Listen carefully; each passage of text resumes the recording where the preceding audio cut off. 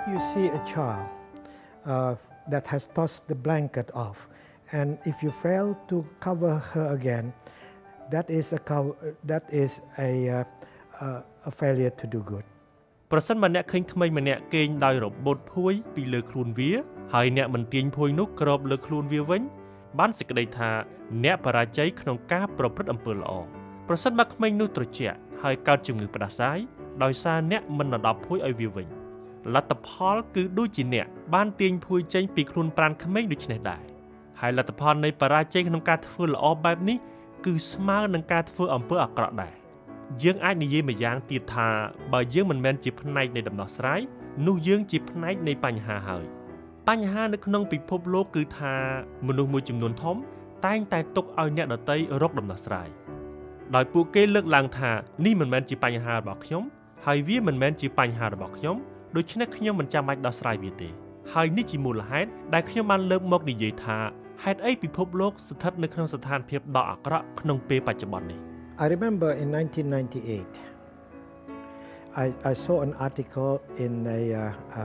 Cambodia Daily. It was a long time ago, but it stuck to my mind. ខ្ញុំនៅចាំបានថានៅក្នុងអំឡុងឆ្នាំ1998ខ្ញុំបានឃើញអត្ថបទមួយនៅក្នុងកាសែត Cambodia Daily វាកន្លងទៅយូរដែរហើយប៉ុន្តែវានៅតែដក់ជាប់នៅក្នុងចិត្តរបស់ខ្ញុំនៅក្នុងអត្ថបទនោះគេបានបង្ហាញនៅរូបភាពបុរសវ័យក្មេងម្នាក់ដែលត្រូវបានវាយដំនិងគប់ដុំថ្មទៅលើដោយហ្វូងមនុស្សអ្វីដែលកើតឡើងគឺដោយសារតែបុរសវ័យក្មេងនោះបានព្យាយាមលួចម៉ូតូប៉ុន្តែការលួចរបស់គេមិនបានសម្រេចទេហើយគេក៏ត្រូវចាប់ខ្លួនបាន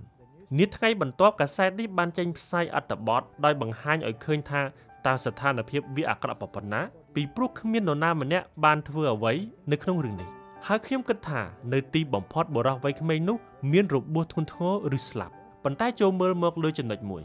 កាសែតបានលើកឡើងថាគ្មាននរណាម្នាក់បានធ្វើអ្វីទាល់តែសោះក្នុងរឿងនេះប៉ុន្តែតើអ្នកកាសែតបានធ្វើអ្វីដែរអ្នកកាសែតក៏មិនបានធ្វើអ្វីដែរនៅក្នុងរឿងនេះប្រសិនបើយើងមិនមែនជាចំណែកនៃដំណោះស្រាយដូច្នេះយើងជាចំណែកនៃបញ្ហាហើយសំណួរគឺថាឧបមាថាអ្នកបានដើរកាត់ហើយជួបជាមួយស្ថានភាពនេះតើអ្នកនឹងធ្វើអ្វីអ្នកនឹងជួយគាត់អ្នកឈរមើលឬក៏គ្រាន់តែដើរហួសទៅខ្ញុំគិតថាមនុស្សមួយចំនួនធំនឹងឈរមើលក្នុងរយៈពេលខ្លីហើយក៏ដើរហួសទៅពីព្រោះយើងសួរនៅសំណួរខុសមនុស្សភាគច្រើនបានចោទជាសំណួរថាតើខ្ញុំនឹងទទួលជោគជ័យដែរទេយើងនិយាយថាបើនគរបាលមិនអាចធ្វើអ្វីបានផងតើយើងអាចធ្វើអ្វីបានដូច្នេះយើងគ្រាន់តែដើរហួសទៅអ្នកខ្លះទៀតនិយាយថាប្រសិនបើខ្ញុំព្យាយាមជួយប្រហែលគេអាចគិតថាខ្ញុំជាមិត្តភក្តិរបស់ចៅគេនឹងវាយដំខ្ញុំទាត់ធាក់ខ្ញុំដែរដូច្នេះរឿងដែលល្អបំផុតគឺកុំធ្វើអ្វីទាំងអស់គឺបណ្ដោយទៅតាមរឿងនោះទៅគេអាចនឹងស្គាល់នៅចរិតលក្ខណៈរបស់យើងមិនត្រឹមតាមរយៈចម្លើយតបរបស់យើងទេតែជាពិសេសក៏តាមរយៈសំណួរដែលយើងចោទសួរដែរមនុស្សមួយចំនួនធំនៅលើពិភពលោកសួរសំណួរថាតើខ្ញុំនឹងទទួលជោគជ័យឬទេបើខ្ញុំធ្វើអន្តរាគមន៍ជ្រៀតជ្រែកតើខ្ញុំទទួលជោគជ័យឬទេហើយនេះក៏មិនមែនជាសំណួរដែលមនុស្សដ៏អស្ចារ្យដូចជាលោកមហាត្មាគន្ធីលោក Nelson Mandela លោក Martin Luther King និងសំណួរនេះទេសំណួរគឺផ្សេងពីនេះជាជាងសួរសំណួរថាតើខ្ញុំទទួលជោគជ័យឬទេសំណួរគឺថាតើអ្វីជារឿងត្រឹមត្រូវដែលខ្ញុំត្រូវធ្វើតើអ្វីជាការទទួលខុសត្រូវរបស់ខ្ញុំក្នុងពេលបច្ចុប្បន្នហើយគេក៏ធ្វើវាទៅឧទាហរណ៍ដូចជាលោកមហាត្មាគន្ធីលោកបាននិយាយថាជោគជ័យឬបរាជ័យគឺអាស្រ័យទៅលើព្រះជាម្ចាស់ការងាររបស់ខ្ញុំគឺធ្វើបានឲ្យល្អបំផុតតាមដែលខ្ញុំអាចធ្វើបានរឿងត្រឹមត្រូវដែលខ្ញុំអាចធ្វើបានខ្ញុំគិតថាយើងអាចរៀនពីរឿងនេះបាន I remember some time ago I was working in the Philippines and in Manila and we were having a lunch with a group of friends and group of students in a place called Jollibee ខ្ញុំបាននឹកឃើញថាជាយូរណាស់មកហើយនាពេលដែលខ្ញុំធ្វើការនៅប្រទេសហ្វីលីពីននៅក្នុងក្រុងម៉ានីឡាថ្ងៃមួយយើងបានទទួលទានអាហារថ្ងៃត្រង់ជាមួយមិត្តភក្តិមួយក្រុមនិងសិស្សមួយក្រុមនៅក្នុងហាងមួយឈ្មោះថា Jollibee គឺជាហាង Lucky Burger ឬក៏ BB Burger អញ្ចឹងហើយនៅខាងក្រៅហាងនោះយើងបានឃើញស្ត្រីចំណាស់ម្នាក់រត់ចុះរត់ឡើងដោយទឹកមុខព្រួយបារម្ភគាត់កំពុងសម្លឹងរកមើលអាហារដែលអតិថិជនមិនត្រូវការ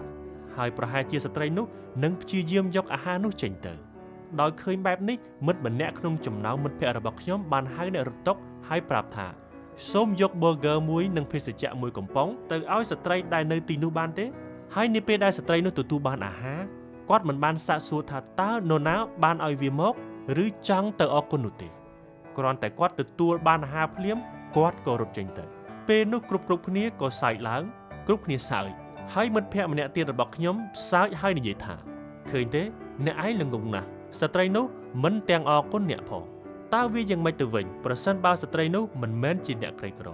ចុះប្រសិនបើគាត់ព្យាយាមបោកប្រាស់អ្នកឯងអ្នកខ្ជះខ្ជាយលុយហើយមិត្តភក្តិម្នាក់ទៀតបាននិយាយថាអ្នកឯងដឹងទេនៅក្នុងប្រទេសហ្វីលីពីននេះមានមនុស្សរាប់សិបពាន់នាក់ដែលស្រេកឃ្លានអ្នកគិតថាផ្ដល់អាហារឲ្យមនុស្សម្នាក់នឹងផ្លាស់ប្ដូរអីបានខ្លះខ្ញុំគិតថាអ្នកគ្រាន់តែខ្ជះខ្ជាយប្រកាសនិងពេលវេលារបស់អ្នកពេលនោះខ្ញុំគិតថាជាការល្អខ្ញុំគួរតែជួយកែតម្រូវការយល់និងគំនិតបែបនេះដូច្នេះហើយខ្ញុំនិយាយថាអត់ទេមិត្តរបស់អ្នកធ្វើត្រូវហើយវាជាការពិតហើយយើងមិនអាចផ្ដល់អាហារឲ្យមនុស្សរាប់សិបពាន់នាក់នៅក្នុងពិភពលោក